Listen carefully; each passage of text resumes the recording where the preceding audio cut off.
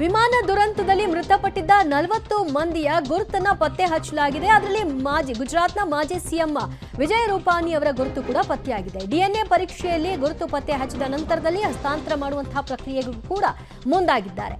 ಆದಷ್ಟು ಬೇಗ ಈ ಡಿಎನ್ಎ ಪರೀಕ್ಷೆಯನ್ನ ಮಾಡಿ ಮೃತದೇಹಗಳನ್ನ ಹಸ್ತಾಂತರ ಮಾಡಬೇಕು. ಕಾರಣ ಇದು ಬೆಂಕಿಯಲ್ಲಿ ಬೆಂದಿರುವಂತಹ ದೇಹಗಳಾಗಿದ್ದರಿಂದ ಅದನ್ನ ಹೆಚ್ಚು ದಿನ ಇಟ್ಕೊಳ್ಳಿಕ್ಕೂ ಕೂಡ ಆಗೋದಿಲ್ಲ. ಆ ಪ್ರಕ್ರಿಯೆಗಳನ್ನ ಬೇಗ ಮುಗಿಸ್ಕೊಡ್ಬೇಕಾಗತ್ತೆ. ಸ್ಪೆಷಲಿ ಈ ಸಂದರ್ಭದಲ್ಲಿ ಯಾರ ಬಾಡಿ ಯಾರದ್ದು ಅಂತ ಖಾತ್ರಿ ಪಡಿಸ್ಕೊಂಡೇ ಕೊಡಬೇಕು. ಇಲ್ಲಾಂದರೆ ಅದು ಮತ್ತೊಂದು ರೀತಿಯ ಗೋಜಲು. ಅದು ಯಾವುದಕ್ಕೂ ಕೂಡ ಅವಕಾಶ ಮಾಡಿಕೊಡದೆ ಡಿಎನ್ಎ ಪರೀಕ್ಷೆಯನ್ನು ಮಾಡಿದ್ದಾರೆ. ಆ ಕಾರ್ಯ ಪತ್ತೆಯಾಗಿದ್ದರ ಹಿನ್ನೆಲೆಯಲ್ಲಿ 40 ಮೃತದೇಹಗಳು ಯಾರ ಕುಟುಂಬಕ್ಕೆ ಸೇರಿದ್ದು ಯಾರದ್ದು ಅನ್ನೋದನ್ನು ಖಚಿತಪಡಿಸ್ಕೊಂಡು ಹ್ಯಾಂಡ್ ಓವರ್ ಮಾಡುವಂತಹ ಕೆಲಸವನ್ನು ಮಾಡಲಾಗಿದೆ.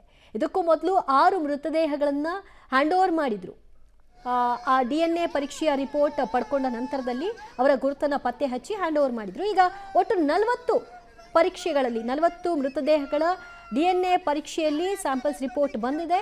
ಅದರ ಆಧಾರದ ಮೇಲೆ ಅವರುಗಳ ಬಾಡಿಯನ್ನು ಹಸ್ತಾಂತರ ಮಾಡಿದ್ದಾರೆ. ಇದರಲ್ಲಿ ಗುಜರಾತ್ನ ಮಾಜಿ ಸಿಎಂ ರೂಪಾನಿ ಅವರು ಕೂಡ ಇದ್ದಾರೆ. ಅವರ ಬಾಡಿಯನ್ನು ಕೂಡ ಹಸ್ತಾಂತರ ಮಾಡುವಂಥ ಪ್ರಕ್ರಿಯೆಯನ್ನು ಈಗ ಮಾಡಿಕೊಳ್ಳಲಾಗುತ್ತೆ. ಎಲ್ಲರೂ ಕೂಡ ಕೇಳ್ತಾ ಇದ್ದಿದ್ದಿಷ್ಟೇ, ಬೇಗ ಬೇಗ ಮಾಡಿ ಕೊಟ್ಬಿಡಿ, ಇನ್ನೆಷ್ಟು ಕಾಯ್ಬೇಕು ನಾವು, ಇಂತಹ ಸ್ಥಿತಿ ಯಾರಿಗೂ ಬೇಡ, ಇಂತಹ ಸಾವು ಯಾರಿಗೂ ಬೇಡ ಅಂತ ಕುಟುಂಬಸ್ಥರು ಕಣ್ಣೀರು ಹಾಕ್ತಾ ಅಂಗಲಾಚ್ತಾ ಇದ್ರು.